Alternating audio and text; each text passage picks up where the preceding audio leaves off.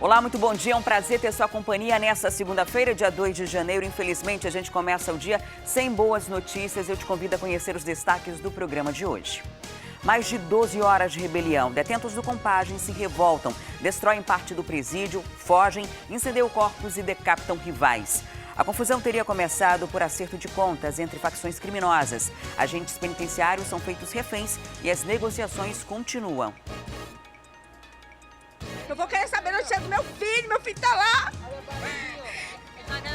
Guarda isso aí, guarda isso aí. Aqui é bala.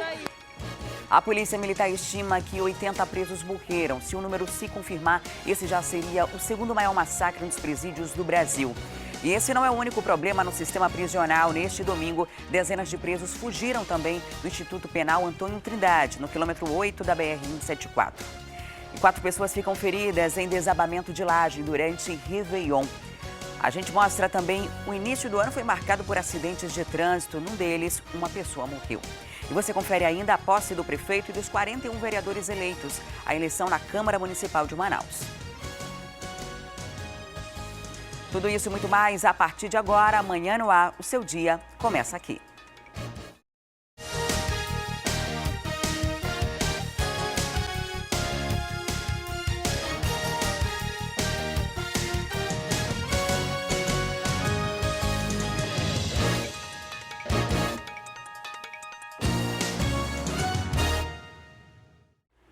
Olá, são 6 horas e 4 minutos, nós estamos ao vivo e você pode participar do Manhã no Ar com a gente. Manda para cá as suas sugestões de reportagem, denúncias, flagrantes. É só enviar uma mensagem de áudio ou vídeo para o nosso WhatsApp. Anota aí, é o 99225-8767. Entra também na nossa página no Facebook e interage com a gente por lá.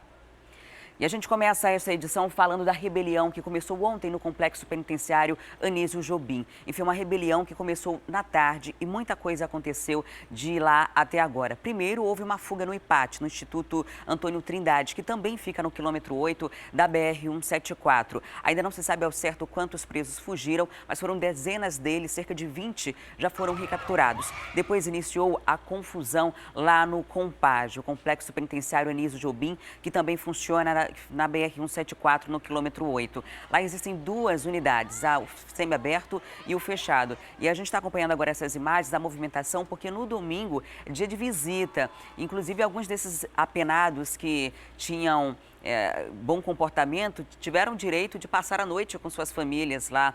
Enfim, houve uma confusão muito grande, porque as pessoas queriam saber as informações desses detentos que estavam ali.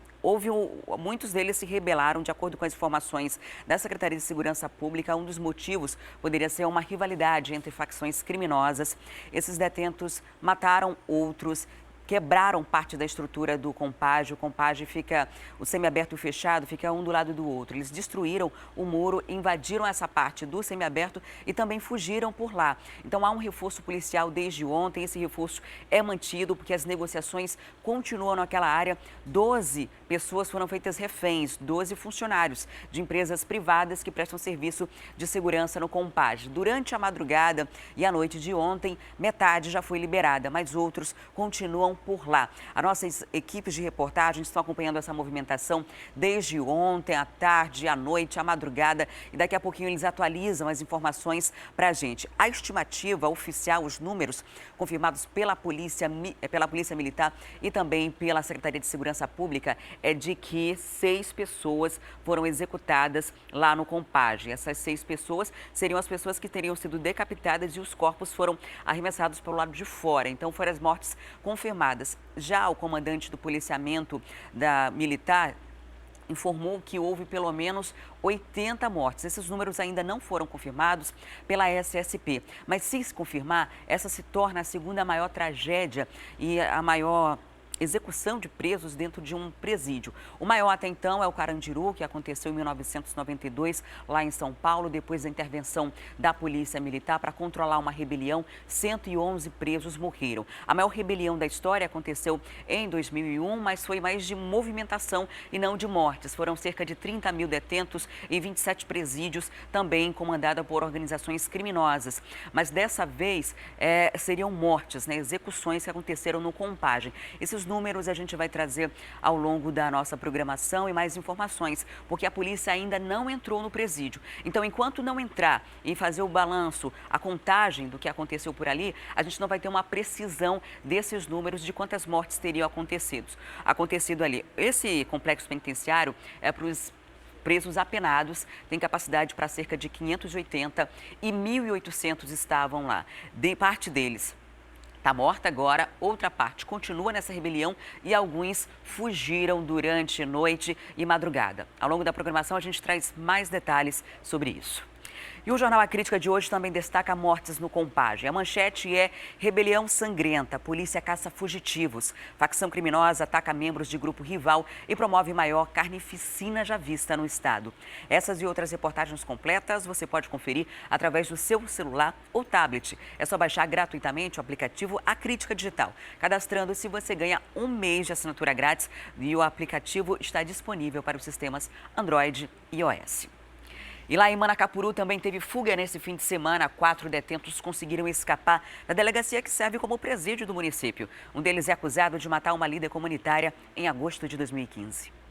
Essa é a quarta fuga em menos de 6 meses da delegacia de Manacapuru. De acordo com a Polícia Civil, a fuga aconteceu na madrugada do último sábado e desta vez 4 detentos conseguiram escapar das celas da delegacia, que hoje serve de presídio aqui no município. Essa foto mostra uma corda formada por lençóis amarrado à grade que fica a 7 metros de altura. É por ela que os detentos conseguiram escapar após serrar a grade. Os fugitivos foram identificados como Maicon Ferreira de Castro, Wellington Ferreira Rodrigues, Valdeci Aranga Cândido e Ronaldo de Paula da Silva, que é acusado da participação na morte da líder comunitária Maria das Dores Salvador, que foi sequestrada e morta em agosto de 2015 no município de Iranduba. Mesmo com as constantes transferências de presos para presídios de Manaus, o número de detentos só aumenta. E sem a estrutura adequada na delegacia, os próprios policiais civis vivem em um clima de insegurança no local. E teve registros de acidentes de trânsito durante a manhã do primeiro dia do ano. Na Avenida Coronel Teixeira, na Ponta Negra, 4 veículos se envolveram em um acidente. Um carro modelo Citroën capotou quando a condutora perdeu o controle da direção ao tentar desviar de um Clio vermelho que estava com pane mecânica. A mulher recebeu atendimento do SAMU e foi levada ao Hospital João Lúcio, na Zona Leste. Mas enquanto era prestado atendimento médico, outro veículo modelo Gol bateu nos carros do acidente anterior e também na viatura da PM que estava de apoio no local. Segundo a polícia, o Gol tinha restrição de roubo e era conduzido por um homem visivelmente embriagado. Outros 3 suspeitos que também estavam no veículo foram levados para o 19º DIP. Já no bairro da Alvorada, um carro colidiu com um ônibus na esquina da Avenida Lores Cordovil e B, na zona centro-oeste da cidade. Segundo o Manaus Trans, ninguém ficou ferido. E na zona norte, um carro subiu na calçada e derrubou um poste na Avenida Noel Núteus. O condutor do veículo não se feriu. E no fim da tarde, mais um acidente. Dessa vez, infelizmente, acabou em morte. O acidente ocorreu na Avenida Mário Ipiranga. Um carro modelo Fiat invadiu uma parada de ônibus. Com a batida, o motorista atingiu uma senhora que morreu no local. Não há informação sobre a causa desse acidente. E uma laje desmoronou e 4 pessoas ficaram feridas na madrugada do dia 1º. O acidente aconteceu na Orla do Amarelinho, no bairro Educandos. O Márcio Paes Barreto tem os detalhes. O acidente aconteceu justamente nesse ponto aqui, por volta de meia-noite, meia-noite e 10, durante a queima de fogos que acontecia aqui na Orla do Amarelinho, no bairro Educandos. Para ter acesso aqui, a pessoa tem que entrar pelo beco do Gelão, que fica aqui na Avenida Vista Alegre, no bairro Educandos. De acordo com o Corpo de Bombeiros, 4 pessoas estavam nesse local aqui, acompanhando o show pirotécnico da passagem de ano, do Réveillon, quando a laje desabou e as 4 pessoas ficaram feridas.